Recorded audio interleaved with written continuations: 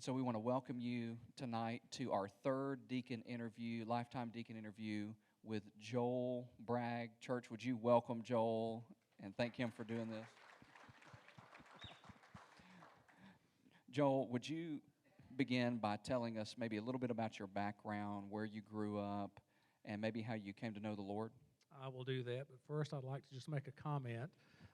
I was ordained as a deacon here at Shades Crest on Sunday night, September the 30th of 1990. I was 39 years old. How old were you on September 30th of 1990? 18 months. 18 months. So just as a witness, you're dealing with the aged here tonight. So I'll lead you along. I'll help you out. I don't want to be held accountable for anything else. Well, you never will be. All right. Back to the question. I was born and grew up most of my life in Gunnersville, Alabama, a little town on the southernmost tip of the Tennessee River in North Alabama. And I guess the week I went from the hospital, I was enrolled in cradle roll at First Baptist Gunnersville. From birth to age 18 when I graduated, I was in church on Wednesdays, Sundays, almost all days on Sundays. In those days, you had training union and all that. So I had great support from my family. We had teachers through the Sunbeams, the RAs, youth groups, and that kind of thing. So I was one of those people, like a lot of people here tonight, I think, that did not experience a Damascus Road or a Sergeant York conversion. There's few of you may know what that is in reference to. Some may not. But I grew to that, and at the age of 13 or 14, I made the decision. I'm not sure that I fully understood what it meant, but it was a first step. And as I said, I had all kinds of folks to support us and guide us through that, and I was very fortunate. And what an encouraging testimony to have so many people kind of mapping out that way for you, teaching, showing, going through all the programs, getting all the certificates and badges and qualifications, but at age 13 being baptized. And so as you kind of moved through middle school into high school, what was that next step for you in following Jesus as you kind of looked towards college or work? Well, I think, like I said, I don't think I fully understood what it meant, but I knew what I was doing. But we were fortunate enough in our church to have an old couple. They were probably in their late 30s with 3 children that, like David Busby, that we remember today, had a heart for youth. The McDaniel family, they had, say, 3 kids, and he taught the junior and senior boys in Sunday school. She taught the junior and senior girls. He was a NASA engineer with the Apollo projects, and so I can remember like yesterday, the night of July 1969, when Neil Armstrong stepped on the moon, Don McDaniel led us in a prayer for the success of the mission, the astronauts, and for us being together. So it was interesting to have a man of science that was a man of great faith that led our group. So we were very fortunate to have them. And so as you moved on, there's probably many stories that could be told about you and Charlotte meeting each other, depending on who we corner up at the right time. Yeah. But talk to us a little bit about your family, obviously meeting Charlotte, and kind of from there. Okay, we met at Auburn. We did not date at Auburn. When I went over to a fraternity house, the Beta House, first person I met there, one of the first was Jerry McIntosh, or as we called him, Butch. And Butch and I hit it off. We became friends in that chapter, and he was dating a little girl from Birmingham, West End, by the name of Linda Williams, who was rooming with a friend that she had known since the 3rd grade, Charlotte Smith. I saw Charlotte periodically, but she was dating another one of my good friends in the fraternity, so we never met. She went off to graduate school at Tennessee, and 2 years later, we're back in Birmingham. Butch is back from the Navy. He and Linda have started dating again, and so we decided to have a little football watch party, and Linda convinces Charlotte to come, and she wasn't sure she wanted to come, so she did. And then in one store at the other, I finally asked her for a date. Our first date was to the first All-American Bowl, if you all remember that.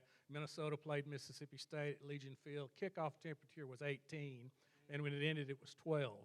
So I say our first date started in an ice box, but 2.5 years later when we married, Birmingham was experiencing a 10-day period of temperatures over 105 degrees. Man. So the day we married at Old Hunter Street, it was 107 degrees, and the air conditioner broke. My goodness. From the love that y'all had for each other, I'm sure. So we went from a chilly start to a red-hot wedding. It's been that way ever since. I'm sure. I'm sure it has.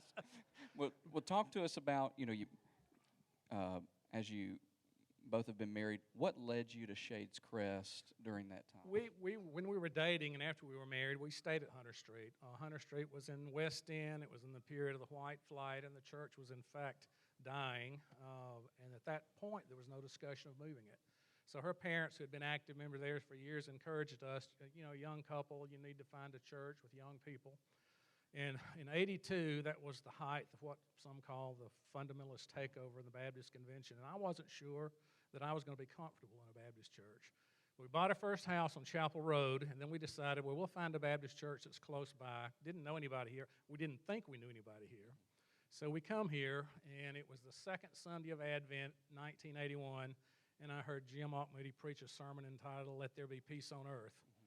The conclusion of that service, I told Charlotte I could listen to him every Sunday.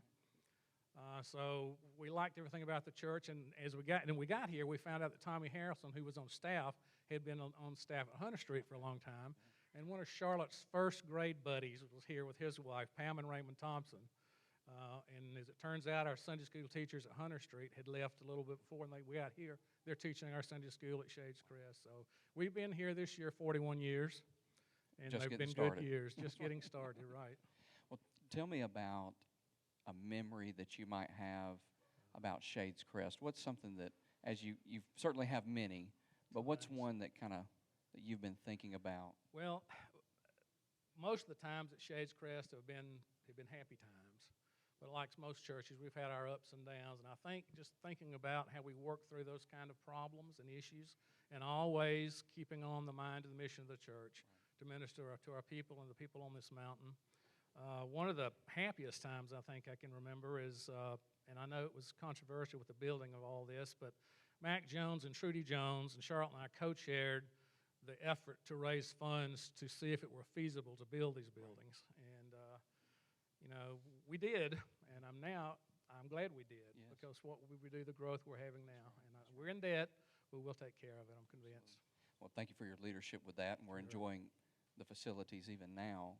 And part of you being here for such a long period of time, you probably have many memories to look back on, but as you think about Shades Crest as family, what's maybe an instance, a memory, a scenario that you've seen Shades Crest as family during your time as a deacon? I think sometimes everybody says the church is my family. It can be a cliche sometimes. In the greater sense, the church in general is all of our families all over the world, but Shades Crest, our little branch of this family, has meant everything to us. Like I say, we were welcomed with open arms when we got here. Our children were born here, dedicated here, baptized here. Both were married here. And when my mom passed away, and both of Charlotte's parents and our Aunt Josephine, although they'd been at Hunter Street for eons, the first pastoral staff that showed up at their houses was Shades Crest folks.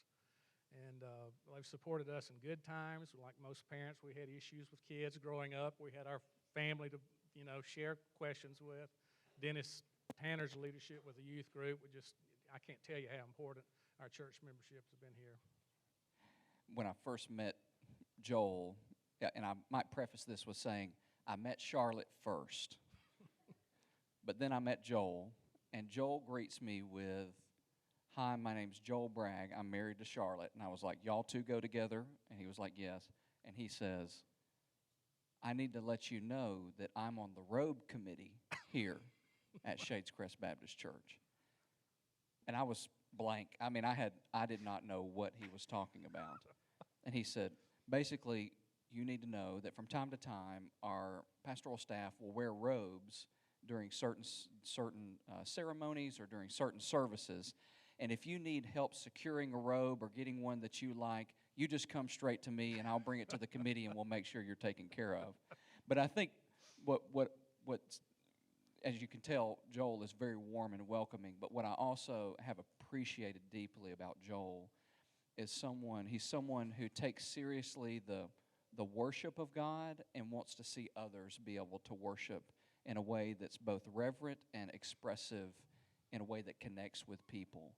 And so I really appreciate that about Joel. And as you know, he's served in many different ways. I'm always excited when he's going to teach the Bible, because he'll come up and we begin conversing about that.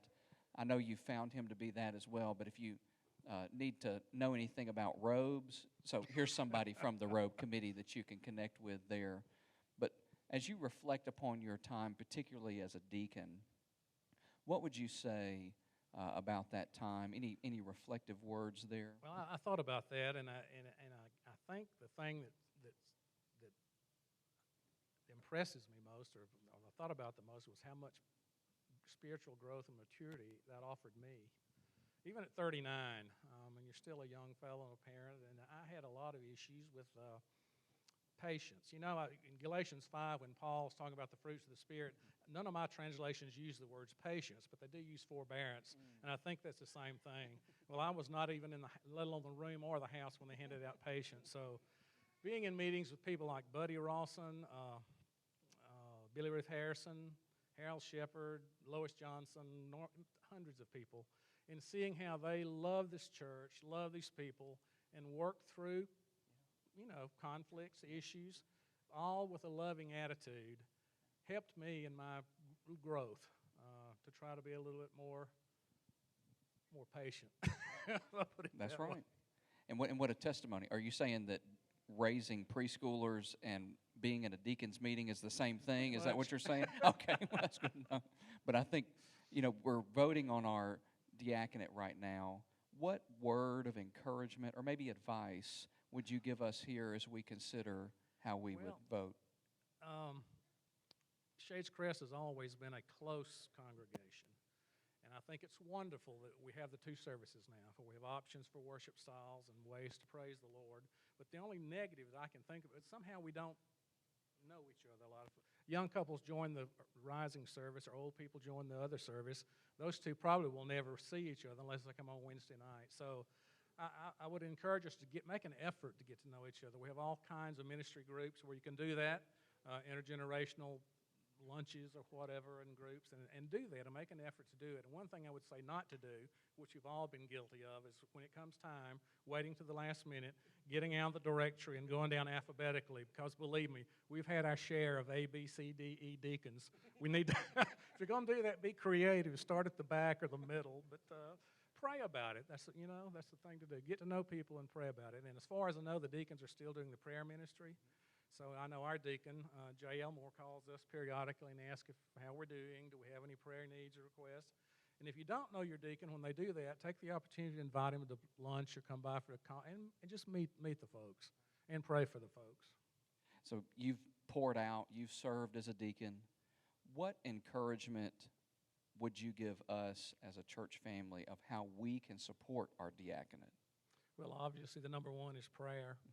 But support when the diaconate, of course, here at Shades Crest, which is a good thing, we're a service group rather than an administrative wing of the church. But when the church, the diaconate, and the church council brings resolutions, be here for business meetings, be here for discussions, because that's important to support and understand what we're doing. So I think the best thing we can do is just get to know one another as much as possible. And that way you'll have a better idea whether or not you'd like to nominate that person as a deacon. Right, making those connections, trying to close the gap on the relationship.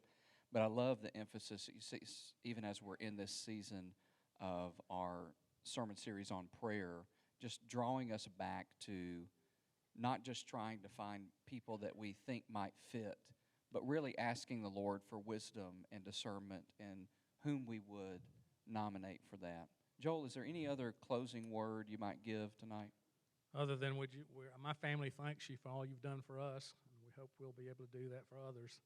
One thing I will say, maybe the life deacon is an honor, but then I got to think, well, maybe that's just a way to get you out of the diaconate. But just because you have been a deacon, or even if you're not a deacon, we're all called to serve. And in recent weeks, I've had an opportunity to serve with some of our senior adults, and I intend to keep doing that until the point I have to be the one being served, which the way it's going, it may not be too far off. But be involved. Just get involved with groups, and that's the best thing you can do, and continue to pray for Nick and our staff and our church family. Church, he said thank you, but I think it's appropriate that we say thank you to Joel. Church, would you say thank you? Thank Joel Bragg. Thank you. Thank you.